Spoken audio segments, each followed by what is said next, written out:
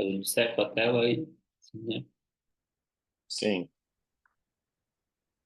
Bom dia a todos. Acho que a maioria me conhece. Eu sou Caio Justino, sou médico hematologista, faço o doutorado aqui no nosso programa de pós-graduação e fico também no ambulatório de aplasias e no serviço de TMO aqui do serviço da Unifesp. Nosso tema hoje a gente vai falar sobre insuficiências medulares congênitas. Para a gente começar essa Eu gosto de trazer a definição, né, universalmente conhecido como Inherited Bone Marrow Failure Syndromes, que na tradução e mais adequada seria então insuficiências, ou alguns lugares utilizam o termo falências, medulares hereditárias ou congênitas, que melhor expressa essas condições. É um conjunto bem heterogêneo de condições, elas são raras, a prevalência pode chegar até 65 pacientes por milhão da população, e todas elas têm uma causa genética. Elas podem ter uma transmissão hereditária ou, em alguns casos, algumas mutações germinativas na formação embrionária.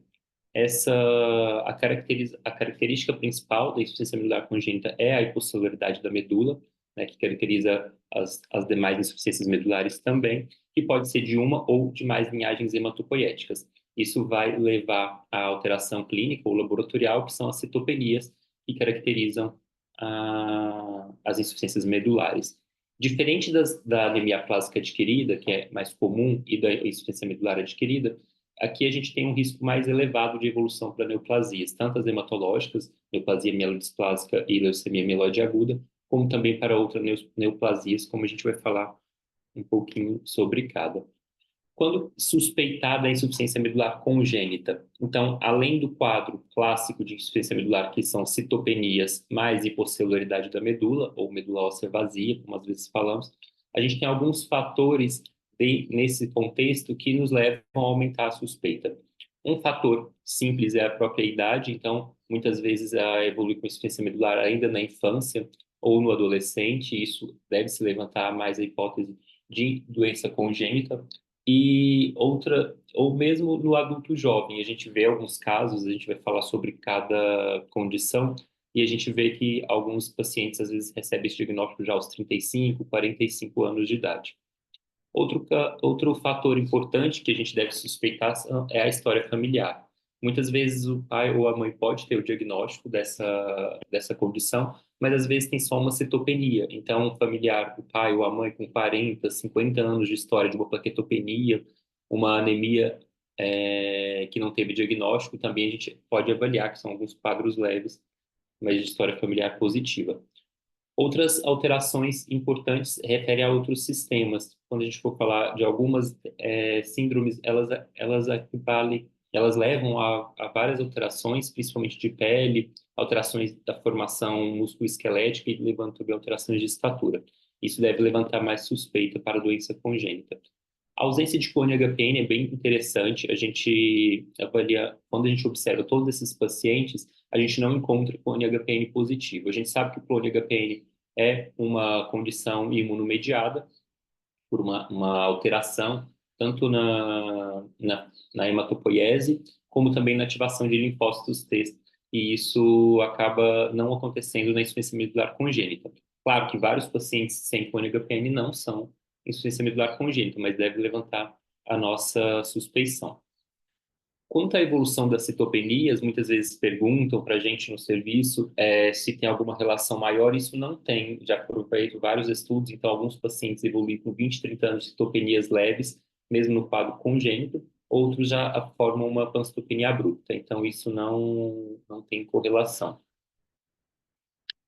Os exames para o diagnóstico, então, uma vez que a gente suspeita, eu até coloquei aqui no sentido de maior complexidade, a gente tem, por exemplo, um exame que é muito importante e a gente acaba fazendo para todos os pacientes com insuficiência medular, que é o teste de fragilidade cromossômica, né, que utiliza o diepoxibutano, ou PEB-teste, para avaliação, diagnóstico de anemia de Fanconi. É um exame de menor complexidade e menor custo, e como eu vou falar já já, a gente hoje preconiza em qualquer paciente com insuficiência medular pela importância de se diagnosticar a anemia de Fanconi no contexto de anemia de insuficiência medular, muda tanto o tratamento quanto o prognóstico desses pacientes.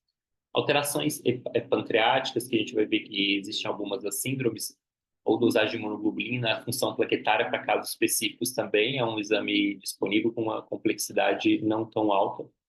Outro exame um pouco mais complexo, que é muito importante, é a avaliação do comprimento telomérico. A gente vai falar um pouquinho quando falar da ceratose congênita. O método mais utilizado universalmente é o FlowFish, pode ser usado também o Sofern Block, e ele é muito importante para a gente para ter algumas mudanças de tratamento, não só para confirmar insuficiência hereditária. E, por último, de mais complexidade, mas que é muito importante, é o sequenciamento-alvo, né? A gente está falando de alterações genéticas, o sequenciamento de algumas mutações é muito importante, nem sempre está disponível, e, em alguns casos, algumas mutações, como a RUNX1, que pode ser tanto germinativa quanto somática, a gente pode ter que avaliar mais de uma célula, não só a célula hematopoética, como células de fibroblasto, para avaliar se é uma mutação germinativa. Falando de cada uma das síndromes, porque como eles são bem heterogêneas, vale a gente especificar sobre o quadro de cada uma e o tratamento. Eu vou falar primeiro das síndromes de múltiplas linhagens, são as três mais importantes, a anemia de Fanconi, a de ceratose congênita e a síndrome de Schwamman-Diamond, e também daquelas síndromes de única linhagem, é uma falência, uma insuficiência medular, com acometimento de uma única linhagem, que é a anemia Black-Van-Diamond, a neutropenia congênita grave e a trombocitopenia megacariocítica congênita. Para começar falando da anemia de Fanconi, ela constitui um defeito de reparo do DNA que leva a uma instabilidade cromossômica. Isso é o grande, a grande característica da doença. Ela tem uma incidência baixa pode chegar a 5 habitantes por milhão, 5 casos por milhão de habitantes, e é discretamente maior na África. Realmente, o diagnóstico ocorre, na grande maioria, ainda na infância, pelas alterações tanto hematológicas quanto não hematológicas, com a mediana de diagnóstico de 6 anos e meio. O que é interessante é que eu coloco sempre que 15 a 40% desses pacientes não têm alteração física. Então, ele vai ter um quadro de insuficiência medular sem nenhum outro aspecto chamativo em relação ao exame físico ou outra condição estrutural. E isso é importante, é por isso que a gente vai falar sobre ser preconizado descartar a anemia de Fanconi em qualquer insuficiência medular. Então, a despeito desses pacientes que não apresentam características clássicas do Fanconi, a gente tem 40% de pacientes com as características típicas, facilitando o diagnóstico até mesmo ainda na infância. As características mais típicas é a baixa estatura, bem conhecida, as manchas café com leite e a hipopigmentação da pele. Então, como o tratamento da anemia de Fanconi, mesmo na insuficiência medular grave, ele difere dos demais pacientes pela instabilidade cromossômica, hoje a gente preconiza em qualquer insuficiência medular, qualquer guideline de vários países orientam que deve ser realizado para todos os pacientes o exame para descartar, como a gente vou falar já já, que é o exame do DEB-teste. A insuficiência medular é comum, então esses pacientes, no decorrer da vida, se não tiver nenhuma outra neoplasia, né, nenhuma outra causa de mortalidade, eles vão evoluir sim com insuficiência medular. O que é muito comum é o início de uma plaquetopenia mais persistente e uma macrocitose, antes da neutropenia. A gente até tem casos no nosso serviço de pacientes adultos que realmente foram vistos somente uma plaquetopenia, começou a investigar, ficou inicialmente com uma anemia plástica não grave, e quando a gente faz o exame, confirmando o diagnóstico de Fanconi. Então, 53%, mais ou menos, então, metade já apresenta pancitopenia, então, reforço, metade desses pacientes não tem um quadro tão grave de citopenias ao diagnóstico, por isso que mesmo no casos não graves, a gente tem que descartar o diagnóstico de Fanconi, e no aguardo da evolução, até 90% vai ter pancitopenia até os 40 anos. Aqui é uma imagem interessante de hipocelularidade medular. Poderia ser também de uma anemia plásica, né? É incomum, a histologia e a imunistoquímica são muito semelhantes, mas nesse caso específico é um paciente de anemia de Fanconi, a gente vê uma hipocelularidade acentuada, com baixíssima regiões celulares, a maior parte lipossubstituída. Então, o diagnóstico é realizado através da fragilidade cromossômica. A gente utiliza sangue periférico, porque as células avaliadas são linfócitos, então não há indicação, não há necessidade de realizar esse exame no material de medula óssea. a gente realiza periférico e utiliza-se o diepóxibutano, que é o DEB-teste. É importante lembrar que nos casos de mosaicismo, às vezes temos que avaliar outras células. As células, os linfócitos, acabam não expressando a fragilidade cromossômica e eles não podem acabar fazendo um exame de falso negativo. Outro exame também que a gente pode utilizar, no caso da dúvida em relação ao DEB-teste, é a avaliação, como a gente falou, da mutação alvo, né, avaliação. E a gente já tem pelo menos 22 mutações, né, todas elas na via do FA-BRCA, e são todas mutações que interferem no reparo de DNA. 65% dos casos a mutação presente é o FANC-A, em segundo lugar o FANC-C em 15% dos casos, então a grande maioria.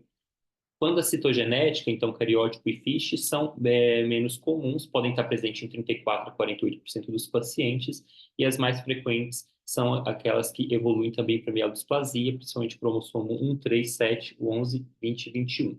Principalmente as alterações de cromossomo 3 e 7 elevam o risco para a evolução para neoplasia mielodisplásica e leucemia aguda. Falando nessa evolução, eu gosto de falar, então, que diferente, a gente vê que na anemia clássica 1%, a gente poderia considerar a evolução para mielodisplasia e LMA, aqui a gente já tem um pouco superior, 5 a 10% podem evoluir para SMD e 3 a 10% para LMA. Esses casos, geralmente, são mais precoces e a mediana de diagnóstico quando evolui aos 17 anos. Esses pacientes, a gente vai, então, o tratamento curativo é o transplante de medula óssea e aqueles pacientes que não realizaram o transplante pela insuficiência medular têm que fazer um acompanhamento rigoroso dessas alterações hematológicas, das citopenias. O risco de neoplasia maligna é absurdamente superior ao da população geral, inclusive no nosso serviço todos os pacientes tiveram alguma neoplasia de órgão sólido, chegando a 500, 700 vezes superior da população. Os mais comuns são as neoplasias escamosas de cabeça e pescoço, os carcinomas hepatocelulares e tumores ginecológicos. Da nossa manifestação hematológica, né, não falando das neoplasias de órgão sólido, o tratamento curativo ainda único é o transplante. Lembrando que ele não altera o risco para outras neoplasias. Inclusive, a gente tem uma paciente que nós realizamos o transplante há 3 anos e depois, já no acompanhamento, ela evoluiu com uma neoplasia ginecológica e está em tratamento dessa neoplasia. Então, falando um pouquinho do transplante de medula na anemia de Fanconi, né, a gente vai indicar em que momento. Então, nós temos no serviço vários pacientes, alguns pacientes em segmento, nenhum deles em preparo para transplante, porque a gente não indica para todos os pacientes com diagnóstico de Fanconi. Indicação, com certeza, quando tem uma evolução para SMD e LMA, a gente vai fazer um transplante assim como a gente faz para essas duas condições. Naqueles pacientes que não têm SMD e LMA, a gente vai indicar quando tem citopenias significativas, como principalmente plaqueta menor que 30.000 e neutropenia grave, que é menor que 500. Também paciente com necessidade de transfusão de hemácia já é uma indicação para o transplante para reverter antes dessa complicação.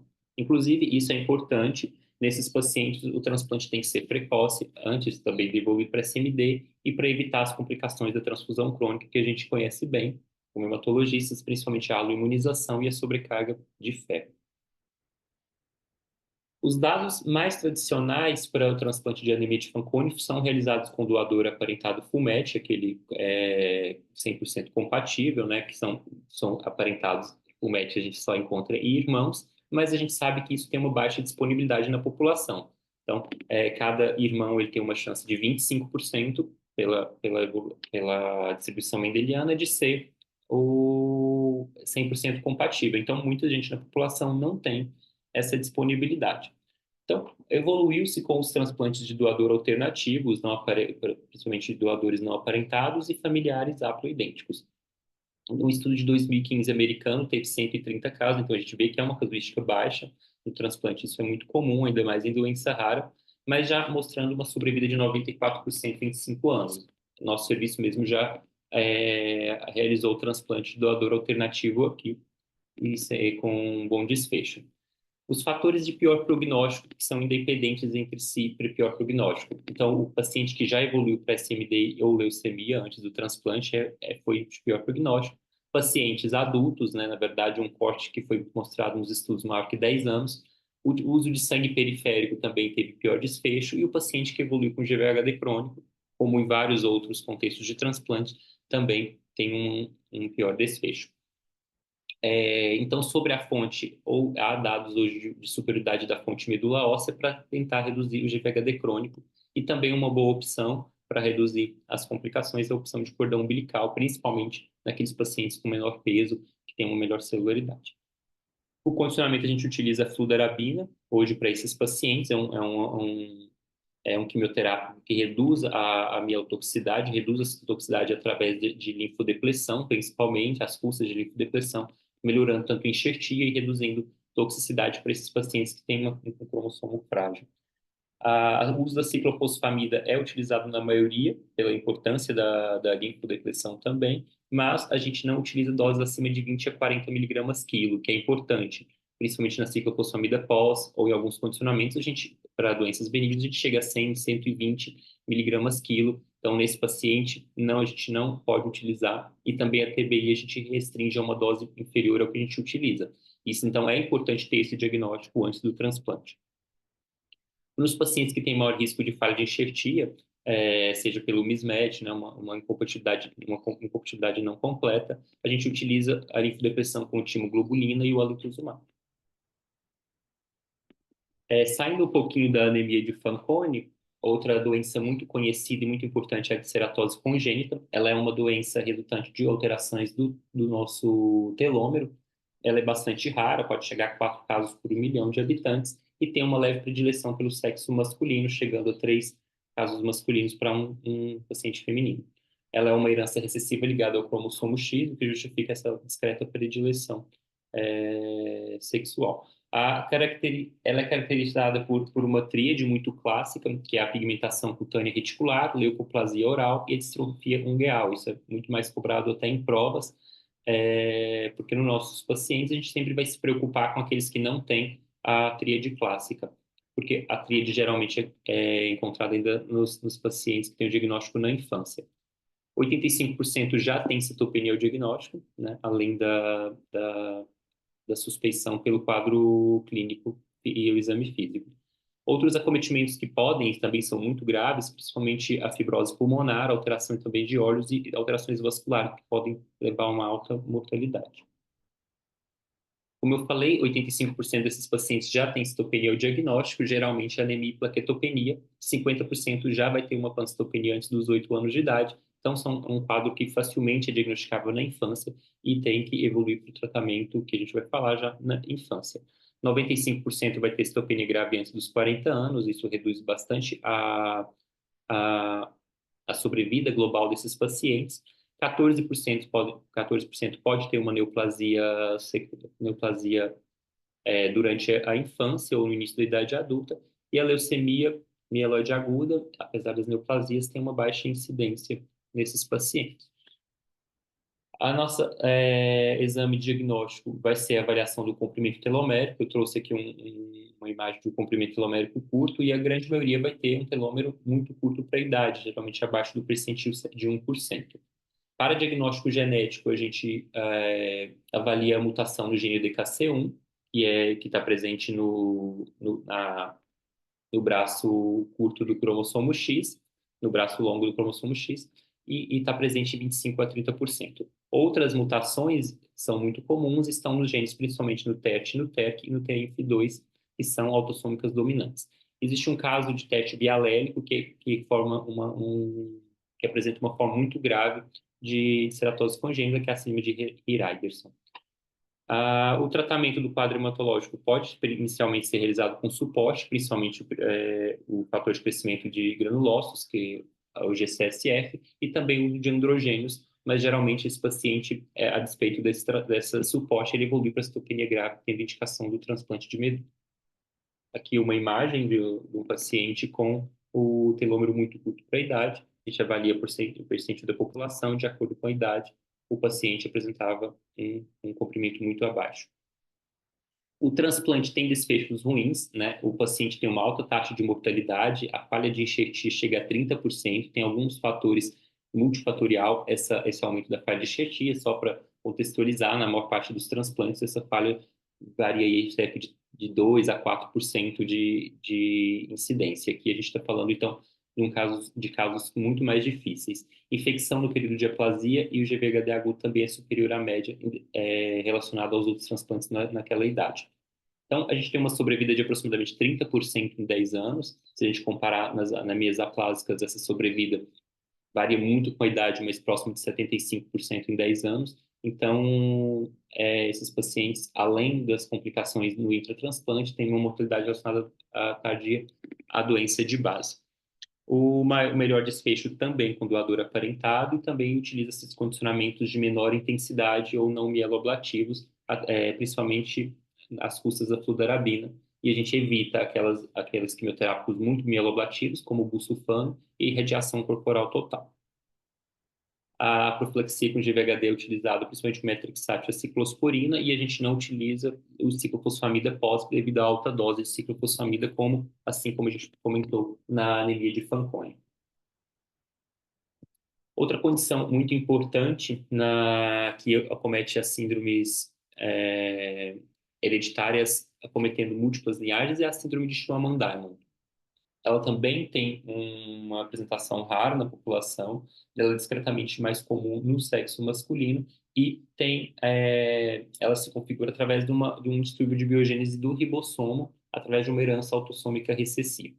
Ela é caracterizada pela insuficiência medular, associada à insuficiência pancreática e anormalidades osteoesqueléticas, muito bem conhecidas. A neutropenia é muito comum ainda na infância, o que aumenta a mortalidade e a necessidade de transplante logo no início do diagnóstico. Chega a uma incidência de 90%, com metade deles já com neutrófilo menor que 500, o que indica com absoluto o transplante. Essa neutropenia é associada a infecções e a Schwamman-Diamond tem um alto risco, isso muito cobrado, né, na, na, na literatura, que é o risco de mielodisplasia e leucemia aguda na evolução logo ao início da vida adulta, 36% antes dos 30 anos. Essa é uma imagem de uma insuficiência medular grave nesses contextos. Na suspeita, a gente vai realizar a avaliação genética. A mutação comum é no gene SBDS, que está no cromossomo 7, na cauda longa do cromossomo 7, e ela é responsável pela montagem ribossômica. O transplante é o tratamento curativo e, geralmente, como a gente falou, tem uma indicação fácil pela neutropenia grave.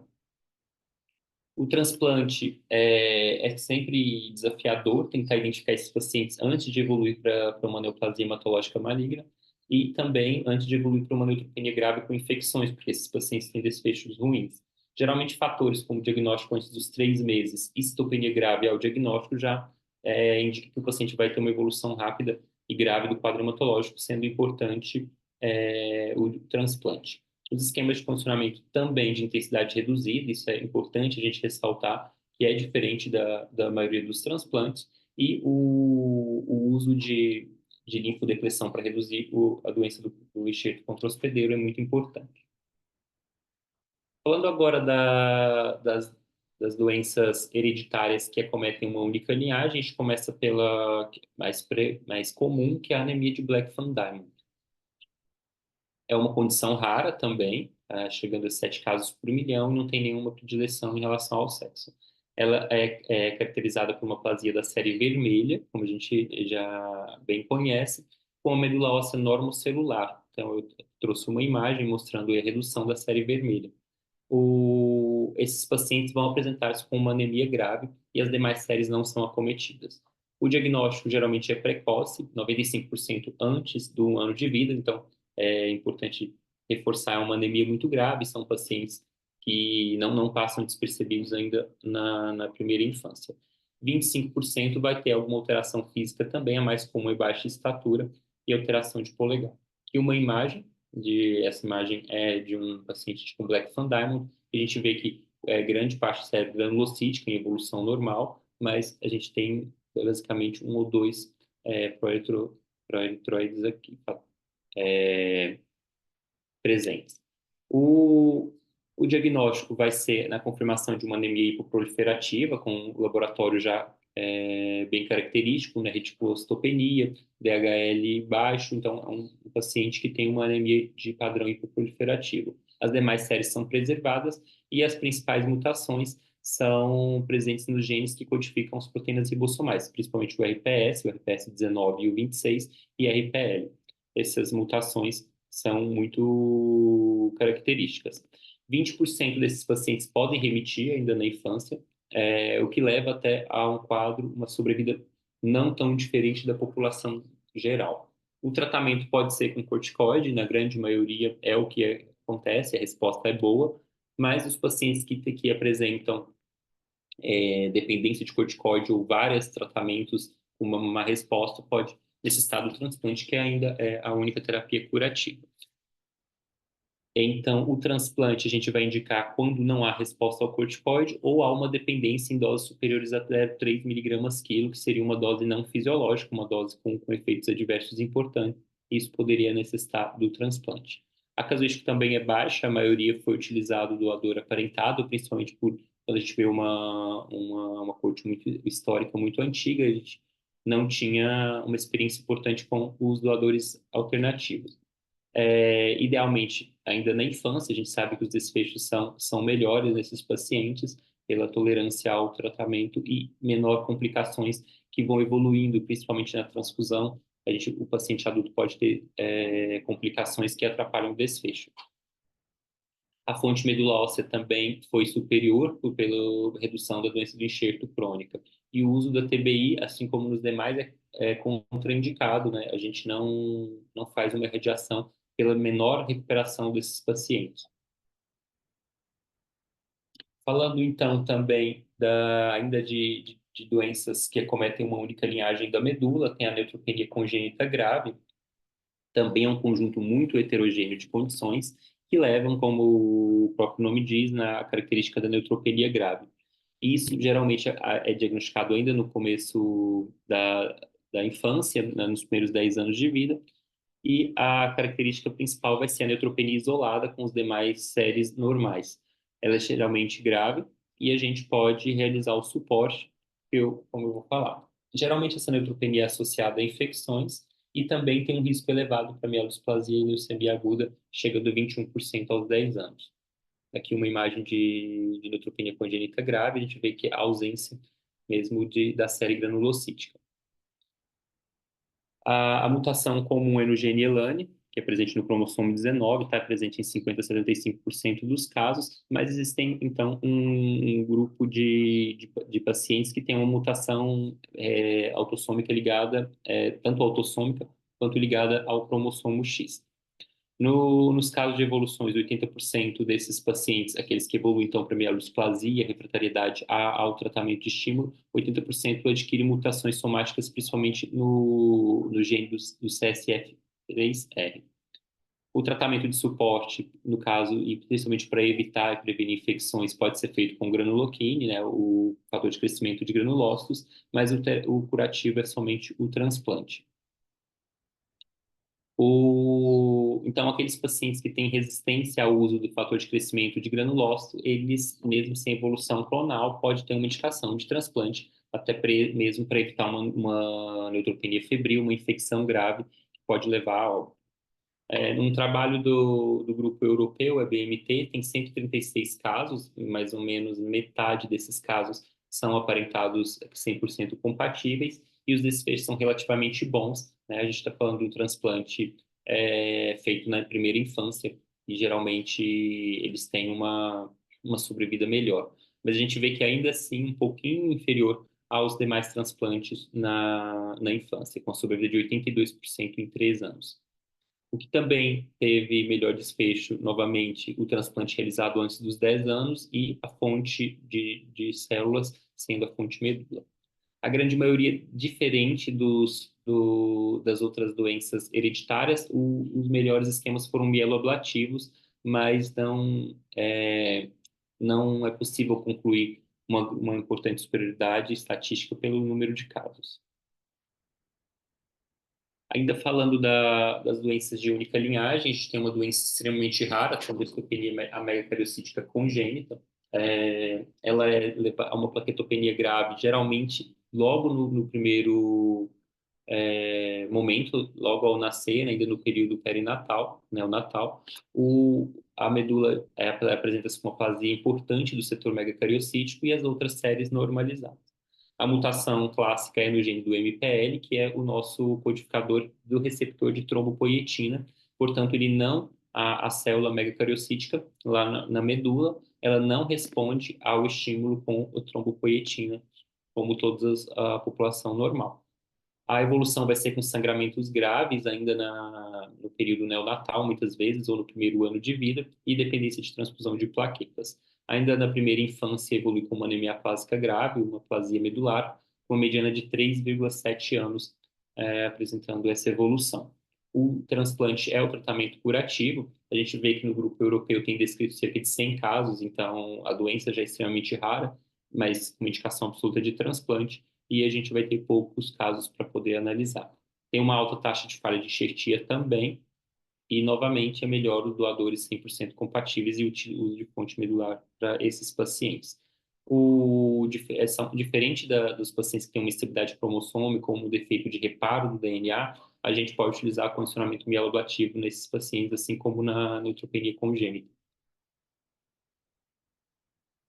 Então, para a gente concluir sobre as disfesias medulares congênitas, né, são doenças muito raras, então a gente está falando aqui de sempre número reduzido de casos, a gente não consegue fazer uma análise muito grande, tem que ser muitas vezes trabalho de registro, principalmente registro europeu para utilizar vários centros, e a grande maioria deles vão ter diagnóstico na primeira infância, o que ainda diminui casos de pacientes adultos na maioria dos serviços mesmo de referência.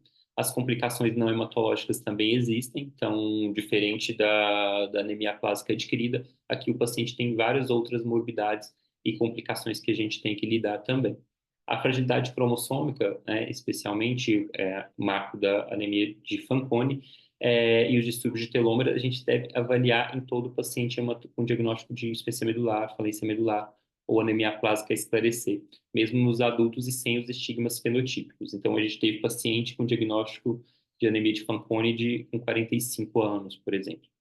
O acompanhamento e a vigilância para a evolução para neoplasia mielodysplásica e leucemia aguda é muito importante, diferente da anemia adquirida, que tem uma baixa frequência, baixa incidência de leucemia. E o tratamento curativo, por isso a gente fala mesmo, não tem como a gente separar, é o transplante de medula óssea, assim como em outros contextos, mas de insuficiência medular, mas como na especialidade adquirida a gente tem uma resposta relativamente importante a imunossupressor, a gente consegue substituir o transplante. Aqui a gente não consegue, a gente vai sempre indicar nos casos de acometimento hematológico mais grave e de sempre utilizar o transplante de forma mais precoce possível. Acho que é isso que... Aqui eu trouxe um resumo que eu acho interessante sobre as principais insuficiências medulares, mostrando a herança. Algumas heranças são autossômicas, outras heranças ligadas ao X. Quais são as mutações? Isso é muito importante. Até recente cobraram em algumas provas, né, e no Brasil todo muito essas mutações. Então, principalmente para os residentes, eu acho sempre importante ter esse conhecimento, mesmo que os casos sejam tão raros até na idade adulta. E as complicações, principalmente a evolução PSMD e LMA nesses pacientes. Acho que é isso que eu tinha para trazer para a gente poder abrir para discussão. Obrigado, Caio. Parabéns, foi ótimo, bem claro. Eu acho que a ideia principal, né, Caio, acho que para todo hematologista é lembrar e pensar nas ciências medulares congênitas, principalmente porque, primeiro, o tratamento é diferente, né? Não adianta fazer imunossupressão em ciência medular congênita e a gente faz muito no nosso ambulatório, a gente recebe paciente do Brasil todo, às vezes, ou somente de outros estados que você vê que estavam sendo conduzidos sem ter sido investigados nesse sentido, né? E a outra questão que faz diferença também é pelo próprio transplante, né? Que não é o mesmo condicionamento, não é a mesma forma de conduzir, né? E preocupa, às vezes, quando o pessoal liga ali no aplasia, tudo igual, e começa a tratar como se não fizesse diferença, né? Então, tanto acho que se você quiser comentar, né, mas o que faz diferença mesmo na prática é Fanconi e telômero, né? Acho que as demais coisas não costumam ser um problema, até pela característica, não é uma doença que passa assintomática a maior parte das vezes, né? Agora, Fanconi pode ter fenótipo imperceptível, às vezes nem tem fenótipo Fanconi, e o envolvimento telomérico, você quer falar um pouco da experiência nossa com o que tem mudado, né, no nosso ambulatório em relação a fazer o comprimento telomérico, não de ceratose congênita, mas quando você usa isso para mudança de conduta, né? É bem interessante, né? A gente já tem 3 anos que a gente atualizou 100% dos nossos pacientes têm avaliação de comprimento telomérico, independente de paciente adolescente ou paciente bastante idoso, a gente tem para todos. Isso é muito importante, a gente avalia também se tem uma mutação naqueles pacientes positivos, né? Com apoio da USP de Ribeirão, a gente consegue avaliar mutações. A gente teve um único caso, que era hereditário, mas a gente tem hoje mais 11 casos com telômero curto, e isso é importante porque esses pacientes tendem a responder ao estímulo androgênico, então, e não responder tão bem ao imunossupressor. Então, essa avaliação a gente faz para todos. Recente teve uma paciente que seguia num consultório privado há 6 meses com imunossupressão, nunca tinha feito esses exames, e aí ela acabou encaminhando para o SUS para poder uma ajuda de diagnóstico. Assim que chegou, a gente viu que a paciente tinha um comprimento telomérico muito curto para a idade. E a gente começou a terapia androgênica e isso foi muito bom para a paciente. Então, essa avaliação a gente sempre reforça com os residentes da importância e por que fazer, porque muda o tratamento, né? Esse paciente tem uma opção de responder a um medicamento. E no caso do DEB teste, é totalmente obrigatório, porque mesmo que seja uma insuficiência medular grave com indicação de transplante, o transplante é completamente diferente. Então, porque às vezes a pessoa aprende que se vai transplantar, então dá na mesma, mas não é bem assim. Então, acho que é sempre, acho que realmente a nota de levar para casa é a realização desses 2 exames. Sim. Se o pessoal quiser perguntar, comentar, fica aberto aí. Eu só quero dar os parabéns ao Caio, assim, excelente revisão, Caio. É um tema que, como o Celso falou, né, esses pacientes, a jornada deles é longa, né? Assim, para fazer um diagnóstico, ficam com uma anemia plástica, segue um grande número de tratamentos que são ineficazes algumas vezes, né? E uma pergunta, assim, simples, dos pacientes que chegam para vocês, geralmente eles vêm com uma anemia para transplantar, né? Desses que vocês fazem investigação, qual a porcentagem, mais ou menos, que seria congênita? Então, não, na verdade a gente investiga mesmo os não graves. Eu até comentei isso porque, inclusive, a paciente, é interessante, a última paciente que a gente diagnosticou anemia de Fanconi no final do ano passado, ela tinha só uma plaquetopenia de 80 mil. Uhum. E quando chegou para a gente viu que tinha também uma macrocitose, mas com hemoglobina de 12,5, 13, que nem chamaria atenção de quem não é hemato, ou mesmo no dia a dia, se a gente passar despercebido. E ela já com 40 anos, 40 e poucos anos, e a gente foi fazer o anemia de Fanconi. Então a gente investiga mesmo não grave, né, porque esses pacientes mudam a evolução. Muda. Cara, e aqueles graves que não têm HPN, você chegou a investigar? Não. Esses vão direto pro. A gente pede para todos, sim. Acho que a dúvida é quando que a gente espera, né? Principalmente se o paciente Uhum. é um neutropênico muito grave, né? Seria aquele neutrófilo de 80, 100 de neutrófilo. A gente sabe que a mortalidade é muito alta se a gente demora para o transplante. Mas no nosso serviço a gente consegue fazer muito rápido. Então, em mais ou menos 45, 60 dias, a gente já consegue ter descartado o Fanconi antes do transplante. Mas eu entendo que a dúvida é mais grave nesses pacientes muito graves pela velocidade que a gente vai para o transplante. Mas a gente consegue esperar de todos. E o telômero vocês mandam tudo para Ribeirão para fazer flow-fish. Sim. A gente Mas faz vocês todo. fazem alguma outra técnica, assim, lá? Eles fazem PCR ou só flow-fish? Não, eles fazem PCR também. Eles Recentemente, fazem os dois, né? antes fazia só Flowfish, mas agora eles têm feito PCR. Muito bom, parabéns. Liberando agora, né? Pelo menos só se a gente pedir, né? Porque antes estava. Acho que eles estão. Se a gente pedir, eles estão dando mais detalhe, né? Eles fazem o painel NGS até para os positivos, né? Então, quando a gente teve um caso da paciente que é hereditário, a gente avaliou o irmão também presente e a mãe da paciente também tinha mutação no gene no TERT. Então, diagnosticando aí uma ceratose congênita não grave, né? Diferente daquele clássico que na infância já complica, mas essa paciente tem uma ceratose congênita. Muito bom, parabéns, Caio. Parabéns ao grupo todo aí, Celso, todos que participam. Eu ia entrar nessa questão, né? Que é a questão familiar, né? Como é que vocês lidam com isso? Desses casos eventualmente hereditários ou todos os casos vocês têm alguma orientação específica, seja orientação social ou laboratorial, tem algum programa desse? Perfeito. Obrigado, doutor Gordinho. A gente avalia, então, todos os pacientes que têm telômero curto, então hoje a gente está com, acho que, 12 pacientes com telômero curto, a gente avaliou todos os familiares de primeiro grau, né?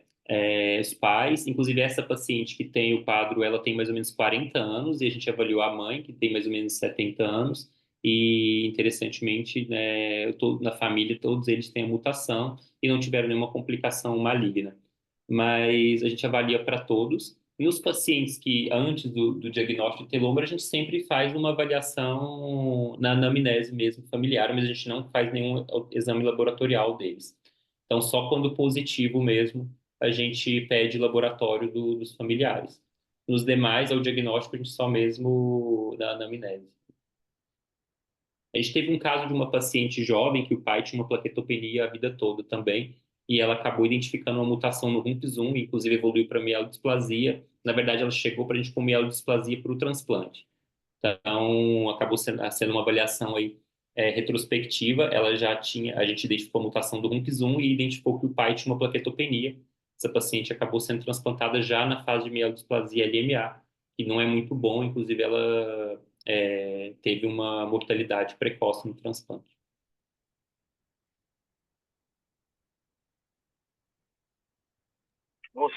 Vocês têm alguma informação sobre alguma expressão do CD177 nesses pacientes nos neutrófilos? Perdão, porque o 177, ele até queria ver com o Alex que está aí, numa revisão recente de mais de 500 pacientes com neoplasias mieloides,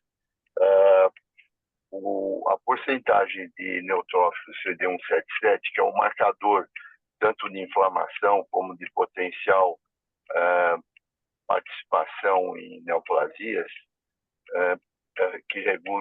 regulando célula T, inclusive, eles verificaram que cerca de 40% dos pacientes desse estudo retrospectivo, com 500 pacientes, eles tinham uma expressão de CD177 abaixo do esperado, que é ao redor de 60, 80 e poucos por cento na população saudável. Eu estava pensando até em propor alguma coisa para o nosso grupo de neutrófilos tem experiência com esse marcador em outras situações, de eventualmente avaliar a expressão desse marcador em algumas outras situações, principalmente neoplasia mieloide. Por que isso? Porque em alguns outros tipos de câncer, como o câncer de cólon fetal, ele tem tido alguma avaliação como marcador de doença, no sentido de prognóstico. Então, acho que a gente podia conversar em algum momento sobre isso, se você quiser dar uma olhada, Caio, ou para a gente ver se eventualmente esses pacientes têm. Porque a evolução desses pacientes com alterações nesses marcadores acaba, para evoluir para a leucemia ou MDS, é maior. Eu acho que isso pode ser um objeto de uma investigação melhor. Bem interessante. A gente tem começado a planejar avaliações de algumas células, né? Principalmente também no contexto até mais da anemia clássica adquirida, né? Que é mais imunomediado. Não sei se o professor Celso quer falar alguma coisa em relação a isso, mas eu acho que é sempre interessante levantar, né, a suspeita de a expressão de algum, principalmente de neutrófilo, de alguma célula que pode estar ajudando nesse imunomediado, ataque celular imunomediado. Acho que a gente tem tido sempre interesse em estudar até pela falta de dado, né? Quando o que a gente historicamente tem a ideia é que são doenças diferentes, anemia plásica imunomediada, que tem clone HPN, e não era para ter um painel de mutações tão presente como naquelas que evoluem posteriormente para mielodisplasia. A gente tinha até isso uma coisa mais clara no passado que hoje, porque até a gente teve alguns casos, né, que a gente vê que na verdade teve concomitância das duas coisas, tanto o componente imune como o componente clonal. Então, acho que qualquer esforço ali para a gente tentar caracterizar melhor, isso é bem-vindo, né? O Caio tem trabalhado com microbiota agora nas anemias aplásicas, né? Não sei se você quiser comentar um pouco do trabalho, Caio, que a gente está tentando ver justamente dentro desse contexto de estudo de microbiota, se a desbiose estaria associado a pior desfecho ou pior evolução, ou mesmo alguma apresentação inicial diferente. Mas acho que é bem interessante também. Acho que toda a investigação ali, até da citometria também, não sei se o Alex quer comentar, né? Para a gente tentar caracterizar melhor. É uma coisa ainda bem. O que a gente se surpreende até como a anemia plásica é órfã ali, literalmente, né? Uma literatura muito pouco representada e especialmente representada por poucos centros, né? Relativamente centrado ou centralizado em poucos grupos, o que nunca é bom, né? Do ponto de vista científico, acho que o ideal é que fosse um pouco mais aberto isso, mais gente estudando, e a gente vê que é bem restrito ainda, nem parece uma doença já tão antiga, tão presente no nosso dia a dia, né? Pois é, É, Celso. Só desculpa, cara. Desculpa. Quer falar primeiro? Eu falo depois. não, pode.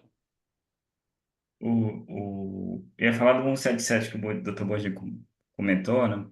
Não tem nenhum dado ainda, viu, Dr. Borgi, na literatura. Eu fiz uma revisão rápida aqui quando vocês estavam falando. E aí, um campo aberto para investigação. E papel citometria em anemia plástica, a gente usa muito pouco também, né, Celso? Ah, uma coisa muito simples que pode ajudar é a simples quantificação de CD34, né? Para fazer diagnóstico diferencial, se é uma plasia, se é uma SMD com hipoplasia, às vezes é um diagnóstico diferencial difícil, né? E o número de 34 ajuda, as características displásticas ajudam, a gente consegue ver clone HPN na medula também. Então é muito pouco estudado, assim, e é muito bem-vindo esses estudos, né? Sim. Falando então, aproveitando da microbiota, né, a gente tem muito pouco dado, né, até como o Celso está falando. A gente tem dois trabalhos só que avaliaram isso, a gente vê como é raro, o único estudo americano que avaliou tinha 24 casos de anemia plásica tratadas, né? Então a gente viu que tinha um espaço muito grande para avaliar essa alteração de desbiose na fisiopatologia e tiveram pequenos achados, já mesmo nesses trabalhos pequenos. Então, hoje a gente já avaliou 43 pacientes no nosso serviço, o que é bem superior ao, ao que já se tem. E um outro trabalho que foi feito com avaliação de registro também, comparando a população comum, não avaliou entre os pacientes, também teve uma associação positiva entre anemia plástica e uns 3 ou 4 gêneros de bactérias, né? Então, tem aí a ideia, foi levantado talvez mesmo essa ideia da desbiose e a gente tá trabalhando para identificar se tem mesmo alguma coisa.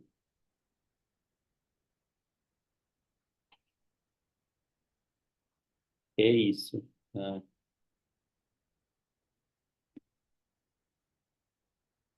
Bom, se não tiver mais perguntas, não sei se algum residente, alguém quiser perguntar alguma coisa. Importante residente entender ali, né? O pessoal fica fazendo os pedidos de telômero e deve teste no ambulatório e entender para que a gente faz isso, né? Não é só para dar trabalho, né? Tem todo o objetivo por trás. Tá bom. Não tem nenhuma terapia hoje, então encerramos aqui, né, Dante? Hoje não tem troca de residente, não tem. Tá bom. Isso aí, boa semana. Parabéns, Caio. Um abraço. Tchau para vocês. Obrigado, professor. Pessoal, Tchau, boa tchau. semana. Parabéns, Caio, de novo. Tchau, Obrigado. tchau. Tchau, tchau.